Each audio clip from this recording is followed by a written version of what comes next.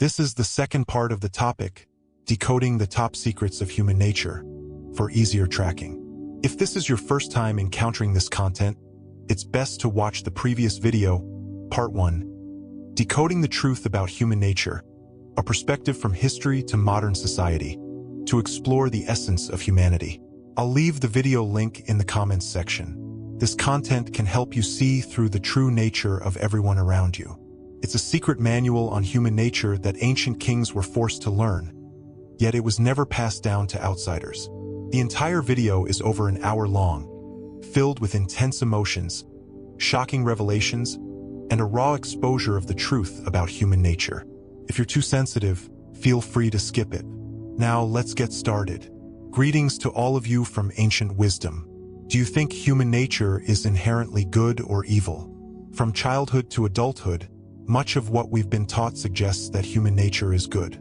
So we've defined humans as kind, grateful, loyal, righteous, appreciative, and possessing noble virtues.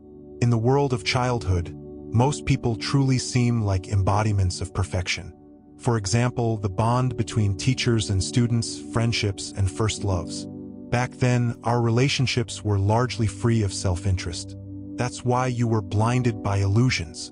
But once you step into society, where relationships start to involve interests, you'll discover that people's actions completely contradict what you learned as a child. Friends borrow money and don't repay, lovers cheat, business partners betray, colleagues stab you in the back, siblings fight over inheritance without caring about their parents' life or death. When their behavior doesn't match what you were taught, you begin to get hurt, and your pain starts to persist. Is human nature good or evil? Let's look at it from a few angles. If human nature is inherently good, then why do the three major religions, Confucianism, Buddhism, and Taoism, establish so many rules to restrict human behavior? We all know Buddhism has numerous precepts like not killing, not eating meat, not touching women, and so on. If human nature were truly good, why would we need to treat man as born good as a classic doctrine? If human nature were truly good, why does every nation need laws to regulate human behavior? So, remember this, human nature isn't inherently good.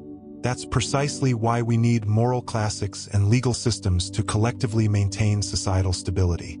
Looking at human nature through the lens of children, every parent knows this. When your child is still an infant, aside from appearing innocent and adorable, you'll notice that their actions sometimes show no trace of goodness. An infant's belief system is simple, summed up in 8 words. With me, you're a friend. Against me, you're an enemy. In other words, infants are born self-centered. They don't consider your perspective. If they want something, they take it. If they can't get it, they cry. If crying doesn't work, they cry louder until they get what they want. This selfish mindset in young children isn't taught, it's innate. Is human nature good or evil? I'll tell you, human nature is neither good nor evil, it's selfish. Every word or action of a person is merely to satisfy their own interests. Here's an example to make it clearer. Suppose I've been in a relationship with Xiaomei for 5 years. In reality, during those 5 years, I never loved Xiaomei. I was just single, and having someone take care of me was better than being alone. So, I reluctantly dated Xiaomei. On the other hand, Xiaomei loved me to death. I was the man she loved most in her life, unmatched by anyone else. Just seeing me made her incredibly happy. Being with me made her feel like a goddess. So, during those 5 years with Xiaomei, can you imagine it? No need to say it, Xiaomei undoubtedly took care of me. She might walk kilometers to buy chicken soup for me. She might save her own money to buy me clothes. She might even trick her parents out of money to help me start a business. In short, for those 5 years, Xiaomei's world revolved around me, and she sacrificed everything for me. In the end, after 5 years, for some reason, our love couldn't continue. Xiaomei and I broke up. Since I was the one who suggested the breakup first, at that moment the whole world, including Xiaomei, called me a jerk, saying I wasn't a man. Some said I didn't deserve to be human. Others cursed me as a beast. Xiaomei's insults were even harsher. She said, "Do you remember? There was a time I walked kilometers just to cook you a pot of soup. Do you remember? One year I didn't buy a single thing for myself, but I was willing to buy you a whole wardrobe. Do you remember? I tricked my parents out of money to help you start a business, causing a rift with my family. You're not a man. Anyway, I became like a rat crossing the street, everyone shouting at me. I couldn't leave the house, berated to the point of breaking. Let's analyze this seriously. From a conventional moral standpoint, I was indeed wrong. I'm a scumbag, a beast, despised by the world. I have nothing to say, but let's analyze it from the perspective of human nature. First, Xiaomei and I were together for 5 years. I didn't love her, but she loved me to death. Can you imagine? I spent 5 years with someone I didn't love, while Xiaomei spent 5 years with the person she loved most. Clearly, in those 5 years, I had to face someone I didn't love every day. How much suffering did I endure? Meanwhile, Xiaomei got to be with the person she loved most every day. I can guarantee Xiaomei was very happy during those 5 years. Second, as Xiaomei said, she sacrificed a lot for me. She walked kilometers to buy a chicken just to cook me a pot of soup. So, when she handed me that soup, who was happy and who was suffering? To me, it was just a bowl of chicken soup. Anyone could have made it. But for Xiaomei, it was different. Seeing the man she loved most drink her soup, she smiled with joy. Her heart felt so sweet. She thought every sacrifice was worth it, doing it all without regrets. Everyone realized this truth. Don't forget that in those 5 years, everything she did for me, I never forced her to do. She did it all willingly. Why did she do it willingly? Because sacrificing for the person she loved made her incredibly happy. Pay attention to this. Everything she sacrificed might have made her feel incredibly happy. So, from the selfish perspective of human nature, everything she sacrificed was just to make herself happy. On the surface, she did a lot for me, but in reality, she was doing it for her own happiness. So, morally speaking, she's a good person and I'm a bad one. But the truth is, in those 5 years, I lived in suffering, while Xiaomei got to be with the person she loved and sacrificed for him. She lived very happily during those 5 years. In reality, I endured 5 years of suffering so she could have 5 years of happiness. Maybe I'm not as bad as people think. But let me emphasize, I don't condone this kind of behavior in men. I'm not a good guy either. I'm telling this story as an example, not to guide you down this path. Don't misunderstand. Through this story, I believe you can see the truth of the matter for the first time. Why was Xiaomei in pain? Why did everyone call me a jerk? Because most people in this world live in a sweet bubble every day, oblivious to the truth of human nature. Human nature is selfish. Those who understand their own selfishness can understand human nature. And only by understanding human nature can you stand firm in life to judge the shifts between good and evil in people. It depends on interests. When there's no conflict of interest, human nature is good. Once interests come into play, human nature becomes selfish. If the stakes are high enough, human nature turns evil. Let me tell you a story. My mother has 6 siblings. 1 older sister, 1 younger brother, and 3 younger sisters. My mother is 63 this year. Among them, 4 siblings bought a piece of land in our hometown to build a house, hoping to live together and enjoy family happiness. But they also had a big worry. They feared that living together long-term might lead to conflicts over trivial matters. My mother asked for my opinion, and I told her, "You all came from the same womb, and even the youngest is past the age of doubt. So, over small daily issues, everyone will be understanding, and you should feel at ease living happily with them in your later years." When I said this to my mom, my grandmother had passed away a few years earlier, and her estate had been settled. Though my grandmother wasn't rich, a house and some cash in the countryside were still significant. Since her estate was already resolved, I believed the siblings wouldn't face major conflicts of interest living together. If my grandmother and her estate were still around, I wouldn't dare predict the outcome. They might have had major disputes. That's the reality. When my grandmother passed away a few years ago, dividing her estate left them unhappy, and some siblings clashed. Luckily, it wasn't too serious. The one who caused the most conflict was my uncle. As the only son, following the feudal mindset of the countryside, he thought all of my grandmother's estate should belong to him. Note that my grandmother divided it equally, with my uncle getting just a bit more. She was bedridden for over a year, and he never visited. Only when she passed did he show up. My aunts were furious, but I know his actions align with human nature, the nature of seeking gain and avoiding loss. Note that their relationships have since been mended. So, whether it's family, friends, or lovers, no matter how good they are, you can't fully trust them. Because once there's a conflict of interest, these people will hurt you the most deeply.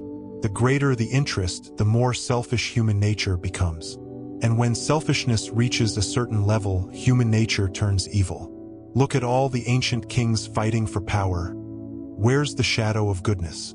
Like the Xuanwu Gate incident, where Li Shimin killed his brothers. Even Wu Zetian killed her own child. 9 live, 1 dies. In 1993, 2 10-year-old boys with no education decided to kidnap a 2-year-old boy to play with, and they brutally killed him. They were later caught by the police. One of them, John, admitted to the killing without denial. The other blamed it all on John, absolving himself of guilt, clearly showing the selfish nature of humans. Always seeking gain and avoiding harm. This was the shocking Liverpool murder case in England. Later, it was adapted into a short film called Detainment, which was even nominated for an Oscar. All thoughts about human goodness or evil stem from perception. If you believe human nature is good, you'll assume everyone is good. If you believe it's evil, you'll assume everyone is bad. Say you know 10 friends. If you assume all 10 are good, you'll expect them to treat you well every day. If one day one of them betrays you, you won't be able to bear the pain. Living like that will keep you in misery. This philosophy is called 9 live, 1 die. Conversely, if you assume all 10 aren't good, you'll have no expectations of them. I'm talking about an internal assumption. If one day one of them unexpectedly treats you well, you'll feel like you've won the lottery. That unexpected joy will make your life happier. This philosophy is called 9 die, 1 live. I've noticed most people prefer the 9 live, 1 die philosophy. Like many couples when they marry, they assume their marriage will be happy, promising each other a beautiful love, to stay together until their hair turns gray, never parting. If one day they divorce, they easily turn into enemies, hating each other to death, never wanting to meet again. I encourage those getting married to adopt the 9 die, 1 live mindset. Don't let fairy tale love stories cloud your judgment. If you don't assume everything will be perfect from the start, divorce will be within your expectations, and you won't feel pain. If you can stay together until your hair turns gray, that'll be a pleasant surprise, right? But honestly, few people in this world have that kind of wisdom. The more selfish a person is, the happier their life. You're so selfish. Does that sound familiar? From childhood to adulthood, everyone around us teaches us not to be selfish. A seed has been planted in our minds that selfishness is bad, a negative term, causing many to live untrue to themselves their whole lives. Many do things just to be seen by others, and many live only to please others. For example, some people even smile and think, will this smile make others laugh? Is it pretty? Is it inappropriate? Please smile for yourself just once. Otherwise, one day when you leave this world, you'll have no more chances. There's another saying, die for honor, live in misery, which describes most people. Wanting honor is living for others, living under their gaze. Let me give you an example. Once, when I returned to my hometown, there was a class reunion and we all ate together. We chose a restaurant. One classmate immediately pulled out their phone and called to reserve a spot, acting as if they had a big business connection with the restaurant owner. At that moment, many classmates were impressed, thinking this person had wide connections, casually knowing any restaurant truly prestigious. When we got to the restaurant, it was empty, just our table eating. Tell me, wasn't that classmate's effort pointless? Honestly, in my world, people like that live exhausting lives, completely for others. I'm a simple person. I laugh when I want to laugh, cry when I want to cry. My laughter and tears are for my own comfort. I don't care if those around me are comfortable. The highest level of Buddhism speaks of seeing one's true mind and nature, referring to the existence of one's innate self. For example, from ages 1 to 3, you're barely tainted by your surroundings. Every action comes from your own thoughts. That's the existence of your true nature. Can you recall how wonderful you were at 3? Fearless of heaven or earth, feeling the world was yours, capable of anything. As you grow up, after education, you're no longer the you from before. You become a robot doing what others do, repeating every day, because your selfish nature has faded. Do you know why people fear death? The reason humans can't let go of this world is because of attachments and regrets. If someone lives a life without regrets, when they leave, they'll surely depart with peace. If there are regrets, how can you let go? So, those who live for others can't avoid regrets. Everyone, this life is a one-way train. In the corridor of life, be a little selfish, live well for yourself just once. When you leave, leave no regrets. Because human nature is selfish, you just need to express it a bit more perfectly. The evolutionary theory of human selfishness, let me share a story. A poor single mother raised 2 children, one 9 years old, one 8. The 2 kids huddled in the house, waiting for their mother, cold and hungry, clinging to each other for warmth. Their mother had been gone all day. They missed her dearly, and even more, the food she'd bring back. It had been 2 days since their last meal. That time, she brought back 2 pears. The siblings passed the pears back and forth, yielding to each other a few times. In the end, the older brother ate the bigger one, and the younger ate the smaller. Their mother sat beside them, a smile on her lips. She always taught them to yield and help each other, and they obeyed. Even when starving, they didn't fight over food. Suddenly, the older son offered the pear to his mother, saying, "Mom, you take a bite too." The younger son raised his pear as well. The mother's eyes welled up. She said, "My darlings, I'm not hungry. You eat." The kids looked at each other and kept eating, taking bigger bites. Their mother turned away, tears falling, recalling how her own mother always saved the best for her, all she'd done for her. Outside, the cold wind blew, and then their mother returned. The kids stared at the bread in her hand and shouted, "Mom!"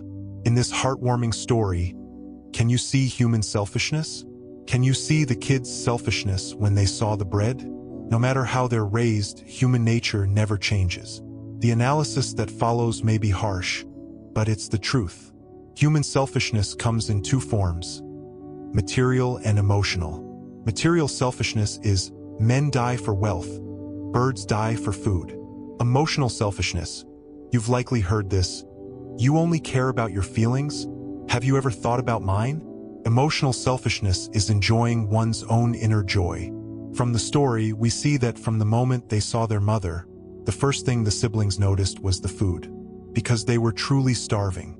Their yielding was just due to their mother's education and societal morals. Some might say it's survival instinct when hungry, and you're not wrong. That further proves human nature is selfish. Humans are born to be selfish. Whether it's human nature or survival instinct, to survive, we naturally eliminate rivals. Some might say, the kids in the story yielded to each other and offered the pear to their mom. If they're selfish by nature, doesn't education change that? Wrong. Human selfishness can't be changed. The change is only from low-level selfishness to a higher level. Through education, they realized the value of yielding and love. Their actions were just an emotional need within them. Doing so made them feel comfortable and happy. That comfort and happiness is the selfishness they sought to satisfy internally. No matter how much you think of others, it's based on some need or purpose of your own, just hidden to varying degrees. When someone helps others beyond doing good, they're actually fulfilling their own emotional needs, being a good person. Remember this saying? Helping others is the source of joy. It means helping others makes you feel happy. That happiness is the selfishness you gain. Take an example. When you see a leader with great vision who's also kind, always thinking of others, have you ever wondered why they're so good to others? They're good to others because they hope those people will repay them later, right? You might say, some people do good deeds anonymously, expecting no reward. If you dare say that, I'll ask you, how do you know about these people? For instance, you help someone today, expecting no reward from them. But when you help, you feel great inside. That joy is your selfishness, your greatest reward. Many believe parental love for children is selfless. As a father of two, I'll share my feelings. My second daughter was born, and we care for her daily without expecting anything. Yet everyone in the family feels immense happiness. Notice that we feel immense happiness. That happiness is emotional selfishness. When we give everything to her, loving my daughter isn't for her feelings. It's for ours.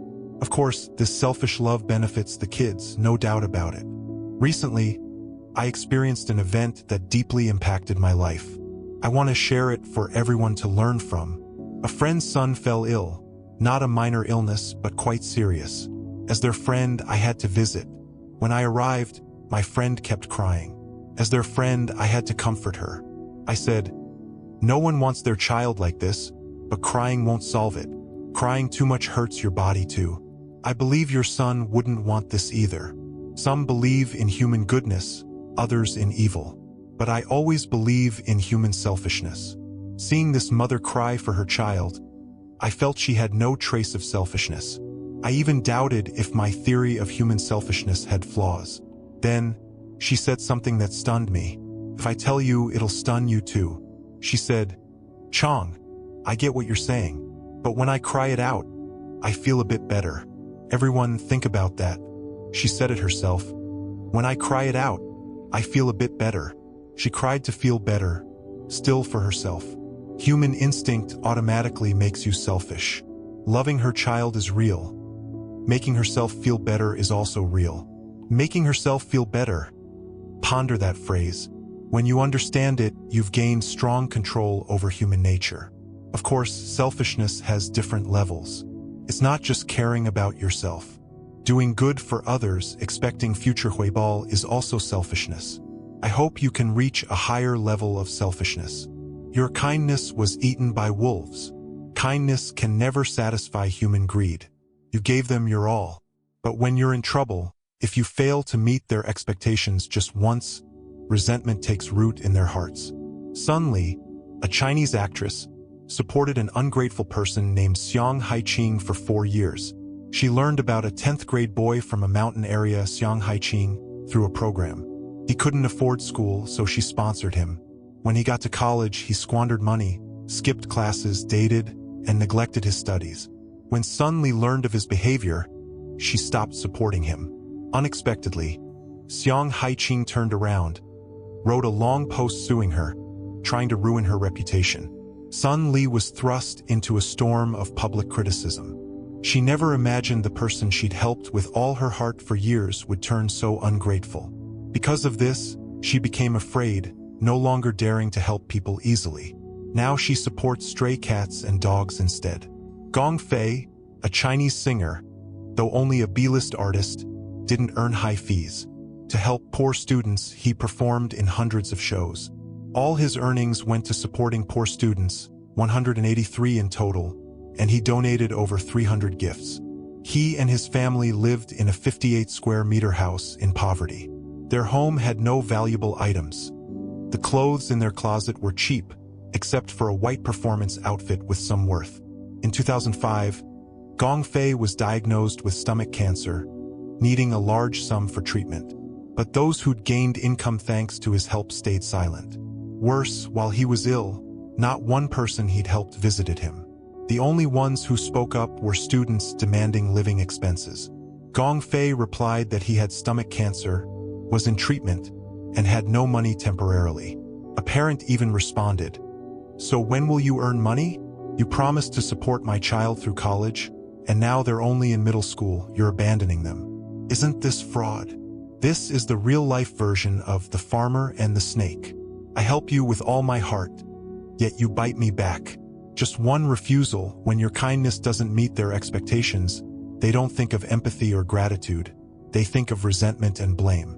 English writer William Make said, "If someone, after receiving great kindness, turns against their benefactor to save face, they'll surely be crueler than unrelated strangers.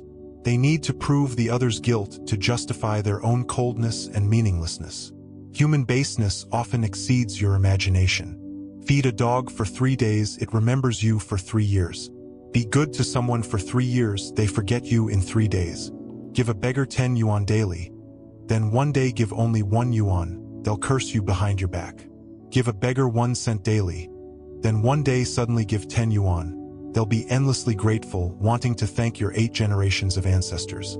Human nature often works like this. 100 minus 1 equals 0. 0 plus 1 equals 100. Understand this formula, and you'll understand human nature. Helping others is joy, but not everyone deserves help. Save those in distress, not the perpetually poor. Those with impoverished hearts will surely betray your kindness, leaving you disheartened. There's nothing wrong with kindness, but helping the wrong person is a grave mistake. Limitless kindness doesn't earn gratitude, it earns retribution. The trap of being too kind. You're a good person. A phrase many chase their whole lives. Today, this highest praise becomes a merciless judgment on the weak. When you're forced to wear the good person hat, you bear burdens you don't want. You become the backup in love, the peacemaker in friendships, the screw that never advances at work. You feel it's unfair, vowing to become bad from now on. But you speak harsh words with a timid heart. You don't dare betray the values you've built since childhood. You don't even know how to be bad. You see yourself as good but don't get the results you want. You want to be bad, but find others repulsed by your attitude. You don't know where the problem lies, from start to finish. Many students ask me, bullied, working hard but earning nothing, cheated by a spouse and left penniless, and more. They ask for a peaceful solution. I want to say, a problem builds over years, it's not solved by one method. I think you should pay for your past foolishness. If foolishness had no cost, if one method could fix it, wouldn't that insult those of us who read extensively and type thousands of words daily? Someone who's lived in a sewer for 20 years, how do you turn stench into fragrance? Not with one method. The stink's in their bones. To change, you need 2 things. First, a perfume bath, the right mindset. Second, time. A 20-year stench takes at least 2 or 3 years to shift. How useless must someone be to be praised for morality? Not talking about famous virtuous figures, but practically you'll sadly realize a truth. Often, when we praise someone's morality, it shows they've nothing else worth praising. Think about the outstanding people around you. Your first reaction might be, this person's so handsome or pretty, high EQ, smart, cunning, too clever. But if I suddenly mention a lackluster friend, you'll likely say, I think they're pretty nice. So stop kidding yourself. Don't think others calling you moral is something to be proud of. When you've no strengths others can mention, they don't know how to praise you. They can only say you're moral.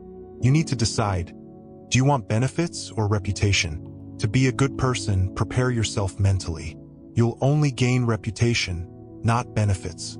Good people must maintain face, be restrained. Being good requires a pristine image. But understand this, if you don't act, someone else will. You care about face, you're shy. Someone else will approach the girl you liked at first sight. You're meticulous, ego-driven, unwilling to stoop. Someone else will chat with her all night. You don't act, you don't dare try. Next time, another man will hold her hand. In careers, many honest people lose promotions to show-offs. That opportunity was yours. I worked at a company once with an employee who'd been there over 10 years. Always praised by the boss as hardworking, a moral example. The infuriating part? Others climbed shamelessly, while my colleague stayed in the same role with the same pay. His greatest achievement was a good reputation, no benefits at all. Successful people always tell you, in work, be polite, know your place, be restrained, humble. That's because only the successful write history, and they don't want you to be the next success. So, don't be a coward, brainwashed by the rich into a good person afraid to fight for what you deserve. Not being good doesn't mean robbing, killing, or arson, nor committing outrageous acts to prove you're not a docile lamb brutally beaten. I'm telling you, the good person role you've played in the past isn't good in the literal sense. It's just a term for the incompetent, arrogant, and timid. True good people have principles, restraint, limits. In real life, some suffer and toil because they want to be perfect good people in others' eyes, always prioritizing others' needs, forgetting their own feelings, willingly pushing themselves into hardship to please others. Such good people are often called people pleasers. These people have two misconceptions. First, I'm good to others, so they'll be good to me. If I'm good enough, they should be too. If not, I haven't done enough. They give with an expectation of return. When it's unmet, they think they've fallen short, raising their own standards and expecting more from others. When you give, don't expect reciprocation. For example, I give someone a pear, I don't expect one back. I spot talent, give them 10% equity, I don't expect kindness in return. I invest in their ability to create value beyond that equity. If I'm disappointed one day, I won't complain. It's just a failed investment. Business has wins and losses. Having no expectations of human nature is key. Second misconception, only constant giving maintains good relationships. Admittedly, some tolerance, forgiveness, and giving are needed for good relationships. But blind, endless giving doesn't improve relationships. It can destroy them. Why? When you give without expecting anything, you create emotional blackmail for others, stripping them of the chance to reciprocate. No healthy relationship has one-sided giving. So, give others a chance to return your kindness at the right time, or ask for their help proactively. This strengthens your bond. Flattering people isn't as good as flattering dogs. In psychology, there's a term called the law of diminishing returns. In relationships, it means if you're unilaterally good to someone, not only will they not be grateful, they'll take it for granted, even escalating their exploitation of your giving.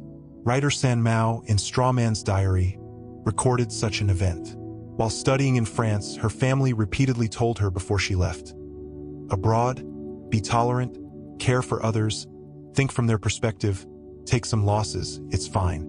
San Mao remembered her parents' advice, treating everyone kindly and gently, often helping roommates clean, even making their beds. But her roommates weren't grateful as she imagined. Instead, they exploited her kindness, ordering her to do dirty, tiring tasks. Facing their increasingly outrageous demands, San Mao kept yielding, trying to satisfy them. But could such sacrifice earn genuine affection? No. During a dorm inspection, San Mao, who always followed rules, was misunderstood by the principal. Not one roommate defended her, they even mocked her. San Mao realized not all kindness earns true feelings. In the end, she moved out of the dorm. When you're too good to someone, they won't value you. Treat them worse, and they'll treasure you like gold.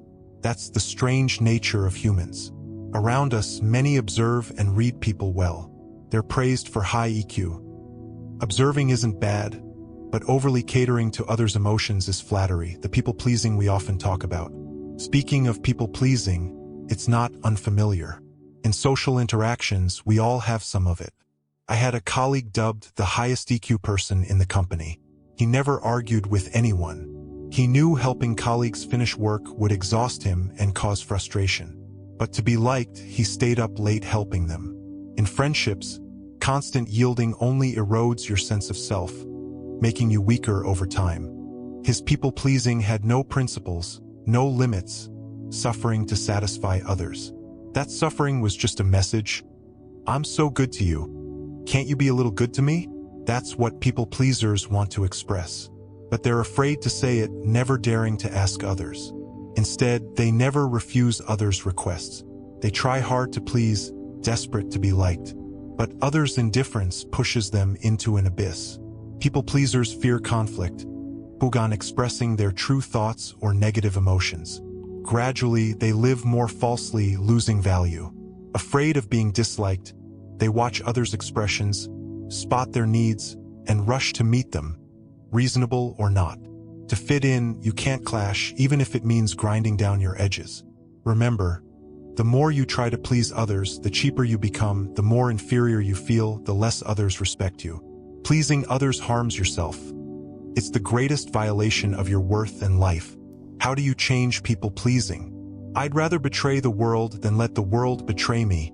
Tao Chow's famous saying. Study him. Many scorn this, bugan agreeing. I'll tell you, successful people have this mindset. When you stop hating the saying, your chance arrives. People-pleasers think, I must do something for others to like me. I must lose something to be liked. Being liked isn't your life's purpose. Instead, it's recognizing and loving yourself. They always play peacemakers, keeping harmony. Even in conflict, they think they should apologize, not others. Understand this. Even if you clash with others, get abandoned, or don't meet their needs, you don't lose your life. Instead of sacrificing dignity to please others, confidently please yourself. Live doing what you love. Those who don't value themselves never earn others' respect. Those who don't love themselves never receive love. People pleasers live lowly forever, like orphans under others' roofs. Instead of pleasing others endlessly, show your personality. Let others please you. Those who truly value you admire your confidence and demeanor, not your fake humility. All troubles are self-inflicted. A student asked me, why is he so good to everyone?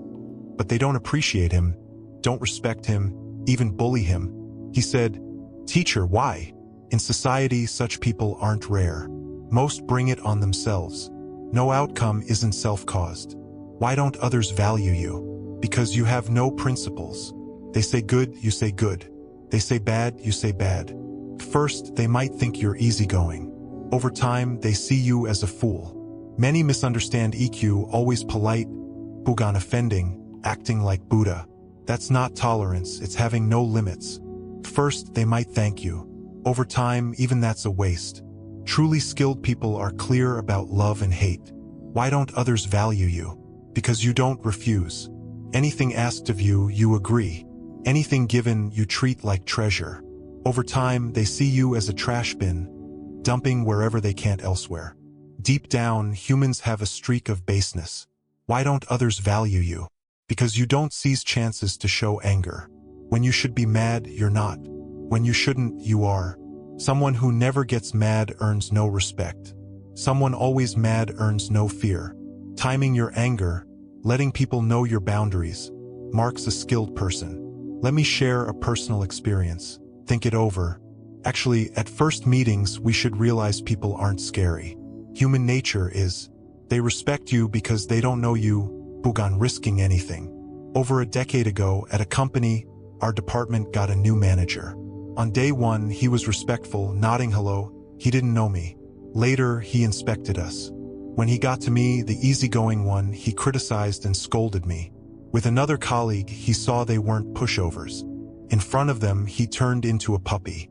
Once, I was late, forgot to notify, and he chewed me out, saying I didn't respect him. That incident nearly made me quit. But another colleague came whenever, skipped whenever. He didn't dare say a word, even asking, "You okay?"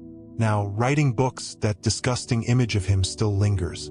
After years, I realized all bad outcomes were my own doing. From that, I learned, others' attitudes toward you don't depend on them, they depend on you. Because you're too kind, always considering others. Because you're easygoing, taking everything without refusing. Because you're bad at learning, indecisive. Kindness needs limits. Generosity needs principles. Not discerning right from wrong, you only do good for others, hurting yourself for their gain. Don't be a limitless good person. Anything asked, you agree. Anything wanted, you give. Any mistake, you forgive. Any harm, you accept. Even the best people can't resist bullying you. Understand this. People aren't scary, human nature is. If you're easygoing, they'll keep bothering you. If you're lenient, they'll push harder. If you don't refuse, they'll demand more. Once used to your submission, they won't tolerate resistance. Used to your yielding, they won't accept refusal. Humans bully the weak, fear the strong. Without spirit, they'll bully you. Get mad, they won't dare. Speak firmly, they'll try to please you. When someone first bullies you, they're testing if you're easy to push. If your actions show you are, they'll keep going. If you show you're not, they won't dare, they'll pick another target. So, if they keep bullying you, it's not their fault, it's yours. You've taught them, step by step, how to bully you. Be a good person with tactics. An old proverb says, good people are deceived by others, not by heaven. Evil people are feared by others, not by heaven. It means good people are easily tricked by others, but heaven won't trick them. Evil people are feared by all, but not by heaven. Of course, Heaven doesn't fear the wicked. Their actions don't concern it. Heaven's greatness lies in not deceiving the good or fearing the evil. Reality teaches us, if you're too good, people trick you. If you're evil, people fear you. But does heaven punish the wicked? Ever notice Lao Tzu said, "Heaven and earth are not benevolent, treating all things like straw dogs"? Heaven and earth don't hate or pity anything. They're indifferent. If they had feelings, they'd age, right? Hence, if heaven had feelings, it too would grow old. Heaven enjoys its peace above, ignoring petty matters of good and evil below. So, in business, seasoned players cheat each other, making their money. Heaven stays serene, minding its own business. The Tao Te Ching teaches, heaven and earth operate without benevolence, letting nature take its course. Heaven's stance on humanity is to let it develop naturally. Ever notice that if heaven got mad, both good and bad would suffer? Like natural disasters, earthquakes don't distinguish. So we must blend kindness with cunning. Kindness without cunning is foolishness. Living in this world, without some shrewdness, how do you handle the wicked? What you learned as a kid was for dealing with good people. Don't just be good, be a good bad person. Bad on the outside, good at heart. When you seem bad to others, relationships often last longer. The root of broken bonds is expectation leading to disappointment. You're too good, they take it for granted. Then, if something's off, they resent you. Start by seeming tough, lowering their expectations. Then surprise them with kindness, and they'll be amazed. You don't have to stab others, but you need thorns. You can be kind, but you must be sharp. I can treat you to a 200,000 VND meal or drinks. But if you owe me 100,000, pay up, that's my principle.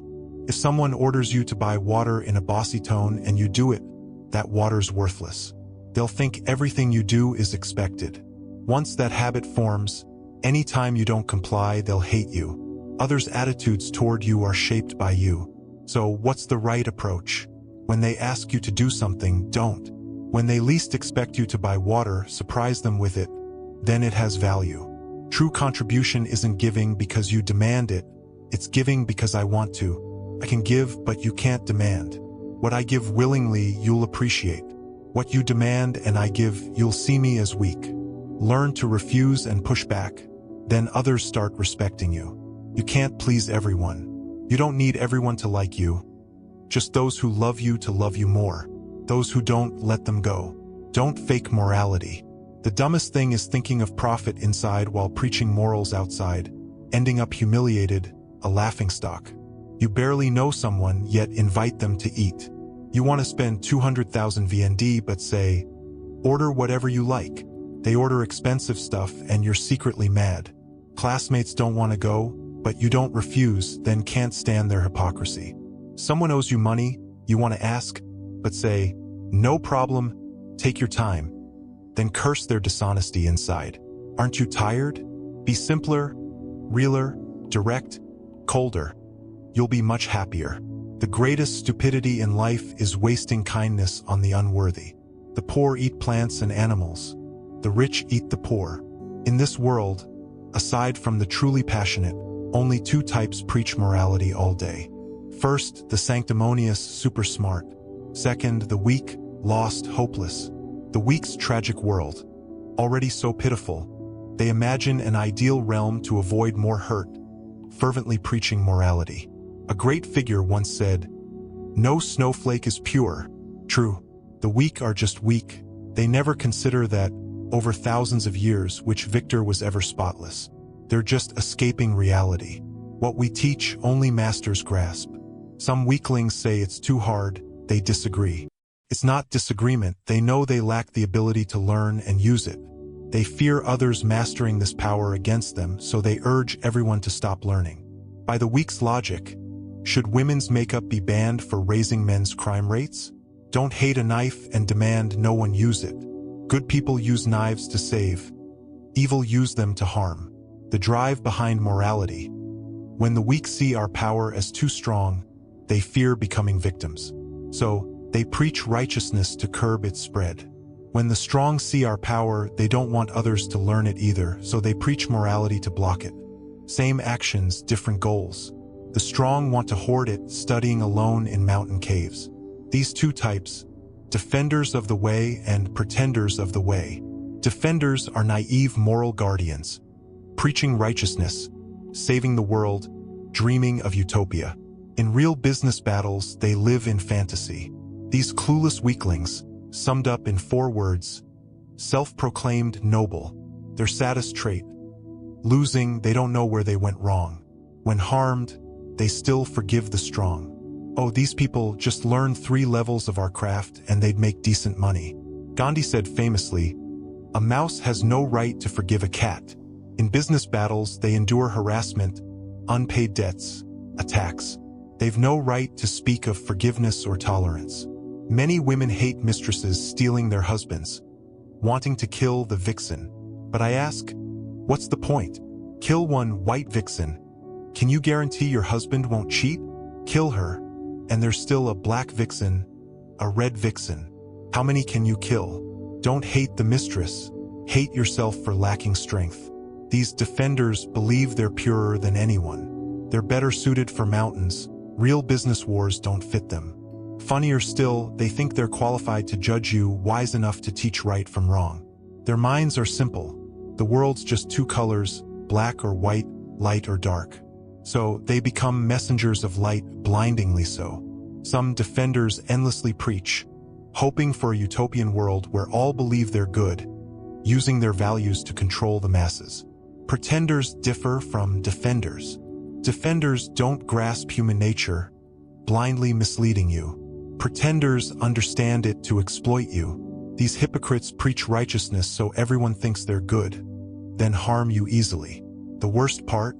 After hurting you, you'll still forgive them because they've preached morality all along. These sanctimonious types seem good outwardly but just play the role.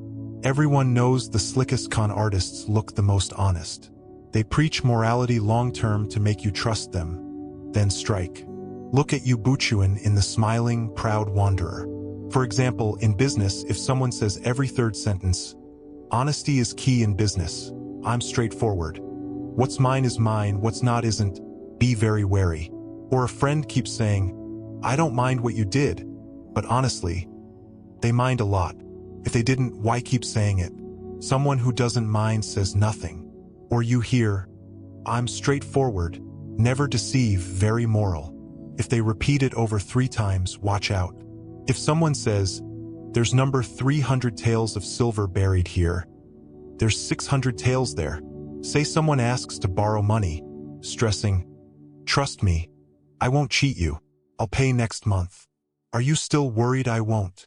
If they say so much, be cautious. They emphasize to reassure you, only then can they get the money. Friends who know human nature understand. The more someone promises, the less likely they'll repay, maybe never. More promises mean they're desperate. Desperation means they're at a dead end. Those who promise little repay on time more than big talkers. The more they promise, the warier you should be.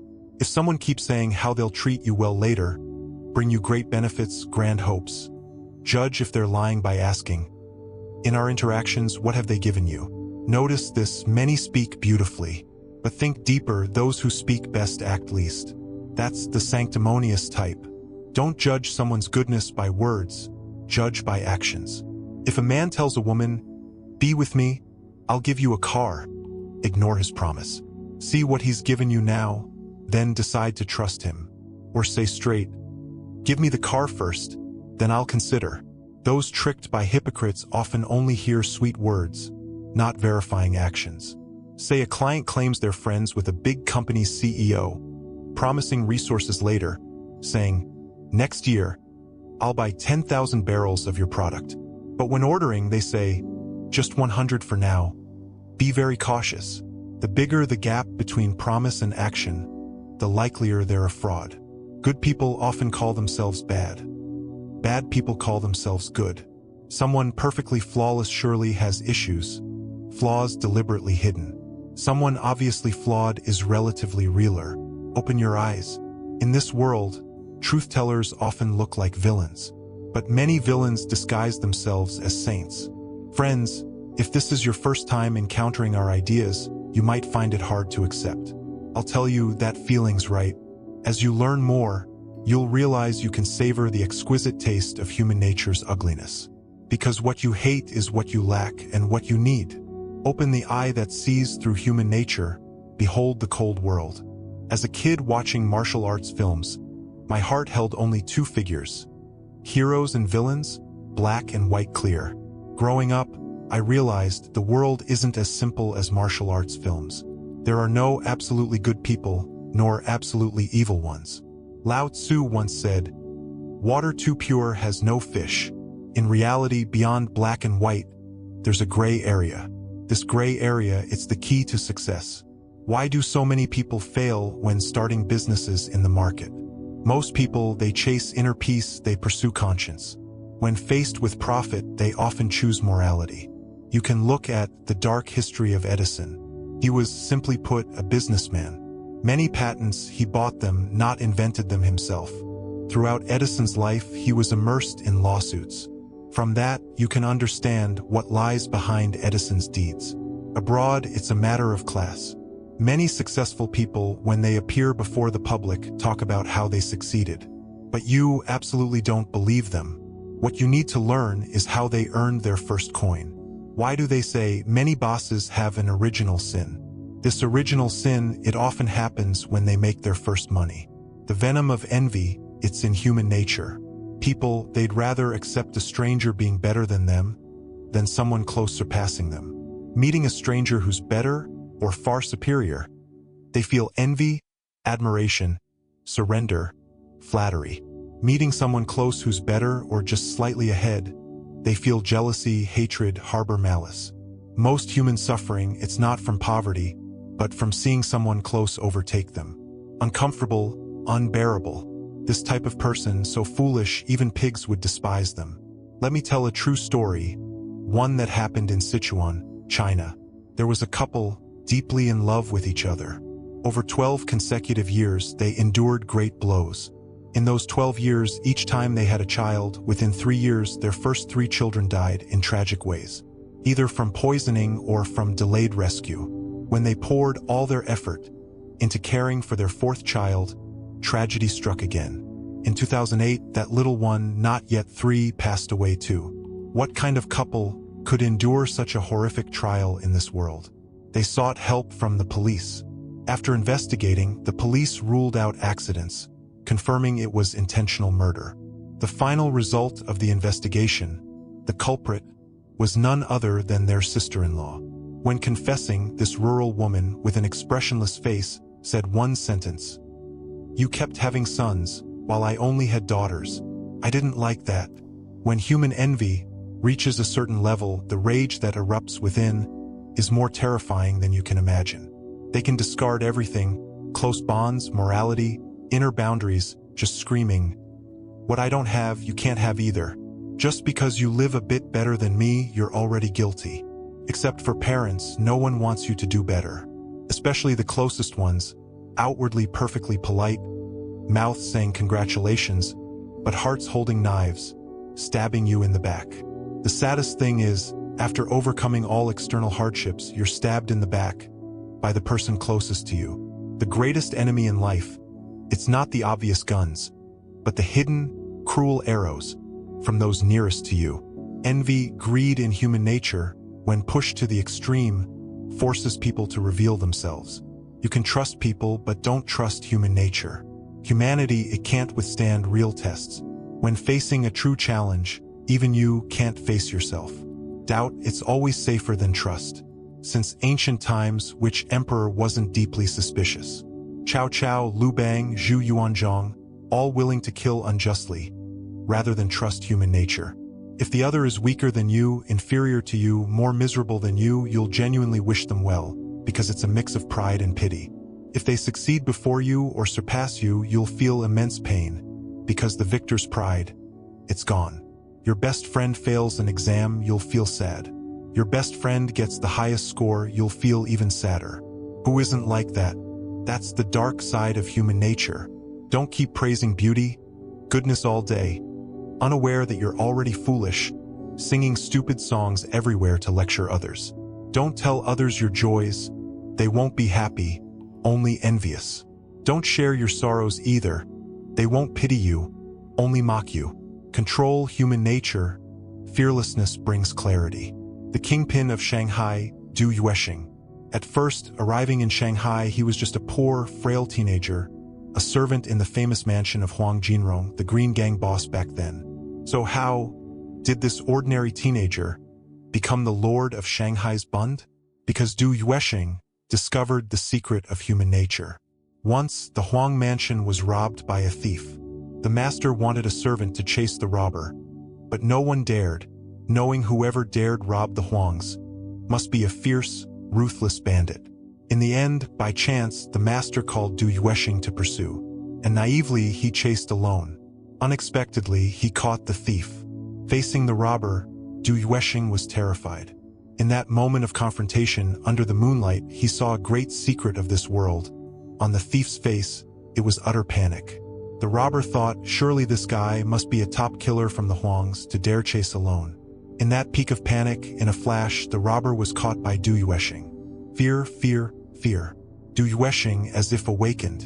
In this world, there are countless smart people, countless thinkers, countless capable ones, countless scholars, countless eloquent speakers. But why are those who truly succeed so few?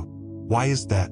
Because within people, fear has two opposing forces, reason and terror. When someone's afraid, their intelligence, it's basically zero.